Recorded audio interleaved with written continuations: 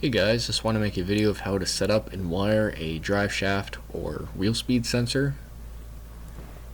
For sensors, I have used one of these proximity Hall effect sensors from Amazon.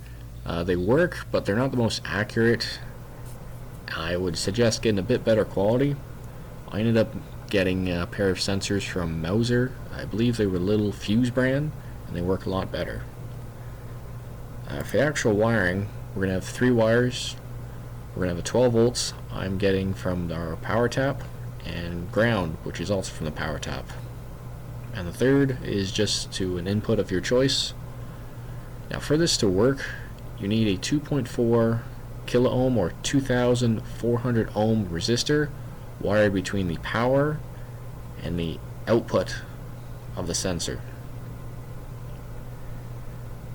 Now under the software, we're going to go under I/O, and we're going to create a custom input.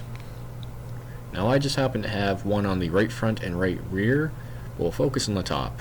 So I just have it labeled as right front wheel speed sensor in, as a digital speed frequency, enable, configure.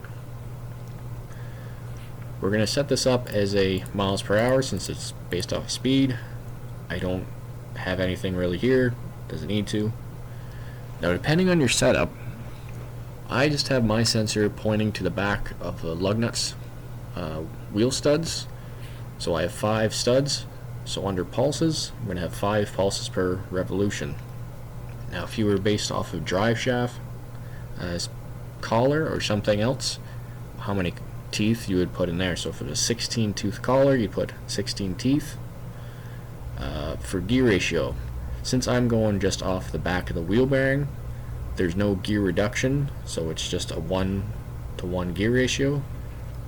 Again, if you had a drive shaft speed, and you would add in your rear diff gear, so if it was 410, 373, you'd put that in here.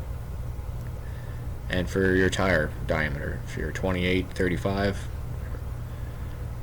For pulses per average, if you have a bit of a noisy sensor, you may have to increase this just to get a smoother resolution.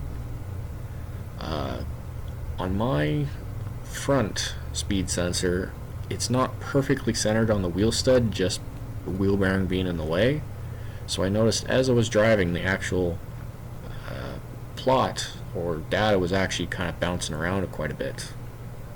So increasing the pulses per average actually helped smooth that out, got a little bit of the erratic signal away. The issue, if you put too much resolution, or sorry, too much pulses per average, the resolution or how quickly it reacts is slower.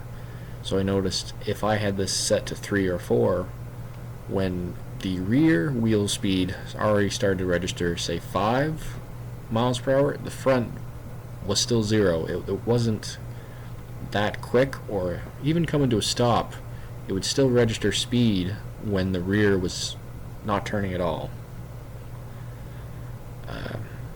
That's how you can set that up. Don't forget to add whatever you named it to the right pin. And there you go. Thanks for watching.